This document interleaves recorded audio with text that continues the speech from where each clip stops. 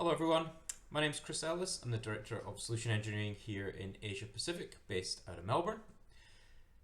As we're in the new financial year, second week of July, I thought it would be a good time to take you through some of the new features that were released for Nintex Automation Cloud in the first 6 months of the year. The team have been very busy in a galaxy far, far away, developing features to help you get the most out of your Nintex Automation Cloud deployment. There have been some big heavy hit features like Nintex tables, error handling, a number of translation settings and configurations, but there are a lot of smaller features that have been released that can really help get the most out of your experience with Nintex Automation Cloud. So I'm here to take you through a few of the ones that stood out for me, where you can find them and how you can use them. But before we get into that, the thing that I want to take you through is how to find out what these new features are and where to get the best information in using them. Don't look past help.nintex.com and the release notes. Many of the release notes will contain useful links, videos, to get the best out of those features. So as you'll see, we've got a release that's just come out in July.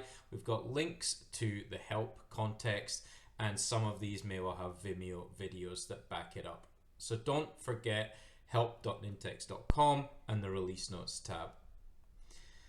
The other important place is the Nintex customer content portal. Now from here, there are lots of how-to videos, troubleshooting guides, links to the community, and even links to training materials on learn.nintex.com.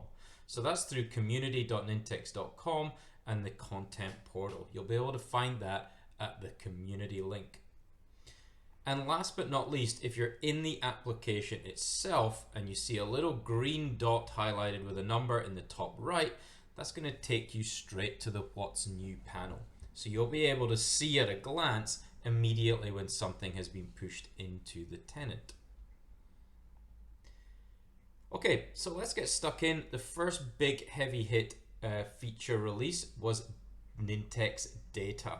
Now that was released to allow you to store and reference data within your Nintex Automation Cloud workflows. Uses a list system, so the ability to add columns and rows and then reference those either through forms or workflow actions. It's very easy to create a table, so we'll call this my table for the video. You can pop in a description and you can even determine whether it will be in another language.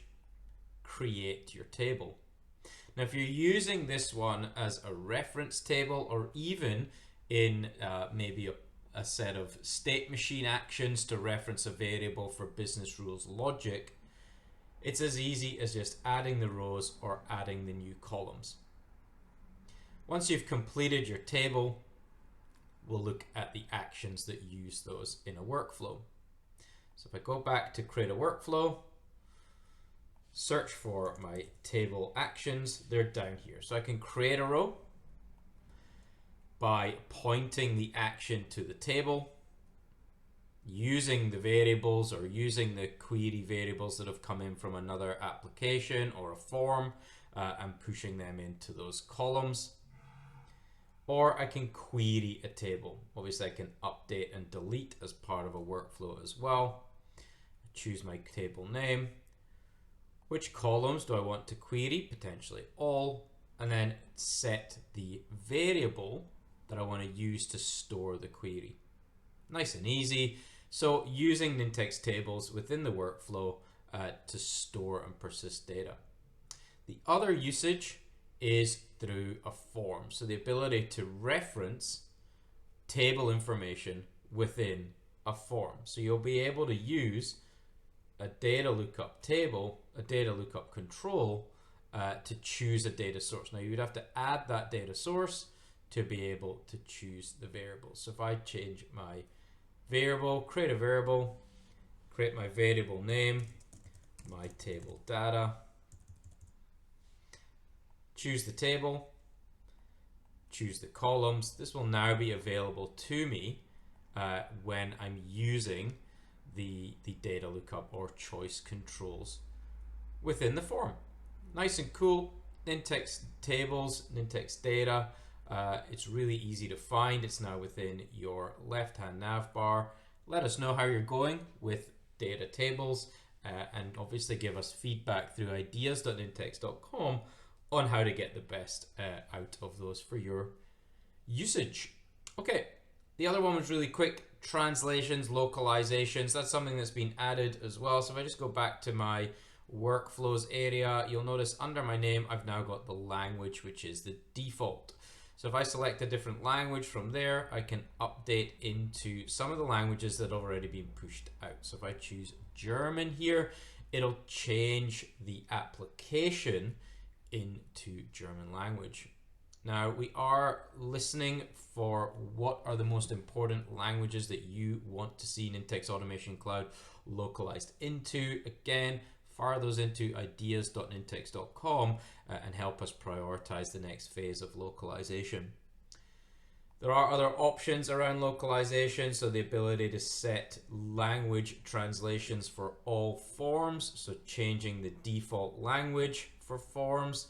It will be the language that will always be available, as is the ability to set those other languages for translation. So we've covered this in a previous video, the ability to translate for the end user into a number of languages that are selectable within form settings. Okay, back to my Automate tab. Another couple things that have been updated for the admins, the ability to export a draft workflow. It's the ability to generate that draft version. So traditionally or previously it had always been a published version of a workflow that you could export, but now you can export a draft. And a couple of workflow listing filters now. So the ability to filter by a paused status. If you've got some paused workflows that you maybe want to investigate and clear out, and also the ability to sort or filter by type. So if you wanted to look at all those development workflows that you've maybe got on the list, figuring out why are they still in development, we need to push them up to published. Okay, cool. Let's jump into forms. There are a couple of updates in the forms world that are worth covering. So I'll just go into my forms designer. So the ability to set default values in multiple choice controls. So you can do that via rules, or you can do that within the configuration itself. And obviously anything that highlights with the insert blue tab here is going to be variable driven. So the ability to insert a variable or a formula to drive those default values. Pretty cool. And that's some of the choice control improvements that have been made recently. So doesn't cover all of them. There are a couple more. I would jump up to the release notes and check those out. We've added the hyperlink option within the button. So the ability within the button to open a link or even be rule triggered. So using the button to go to a specific hyperlink, that has been added. So if you wanted to take people, if they had an issue and you wanted to take them to help.nintex.com as an example, you could pop that into the link, and when they click the button, it's going to open up your URL. So you can obviously use that to direct people to other websites, your intranet, so on and so forth. Okay, the next one is attachments in repeating sections. So very heavily requested, this one, the ability to add multiple attachments to a form, so repeating sections. So rather than have to have multiple file upload controls within a form and guessing how many you might need and potentially going over, creating quite a clumsy form, the ability to add that into a repeating section. So in this instance, perhaps it's receipts that you're uploading for an expense. We could say we're going to pop in the expense type here. We're going to pop in a currency for the value, and then we're going to pop in a file upload as proof. We'll just give these a quick tweak. So value and receipt. Now if I go to preview that form, I've now got the ability to add multiple attachments. So I can drag the files in or select them from Explorer on my device.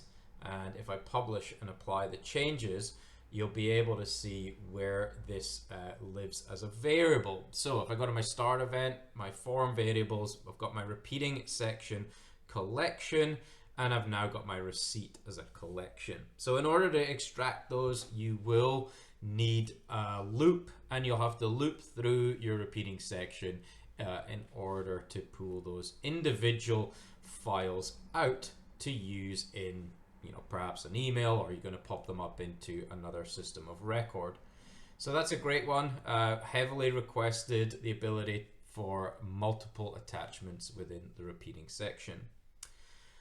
And last but not least, within forms is the date time control time zone setting, which I do like. I think this is a very clever one. I did a short video on this one not too long ago, but it's the ability to set a time zone. So if you have a form that maybe has, you want it to be in a distinct time zone, or you want to have multiple time zones on a form, the ability to pop that in. So this could be my UK time zone, and then we've got my let's say my Singapore time zone. So all you would do in this instance is set the time zone to be GMT. So we'll go this one here, and then we've got Singapore. I've done the wrong one here, so let's drag in date time, pop in my Singapore and my time zone. So that would be down here somewhere. There we go. So now if I change, I'll actually pop in the default value to be date now on both of those, so we can see in the preview that there should be two different times, and they should be correct. Preview, so we got just past midnight, half past midnight in the UK, and we've got just before 8 AM in Singapore. So the ability to use multiple time zones now within a form, or set a time zone for a particular date time control. Okay, cool. So those are the sort of big hit, or my favorites over the last 6 months for forms. Default values and multiple choice, and the overall improvements to the choice control, the hyperlink action within the button to go out to another tab, another website.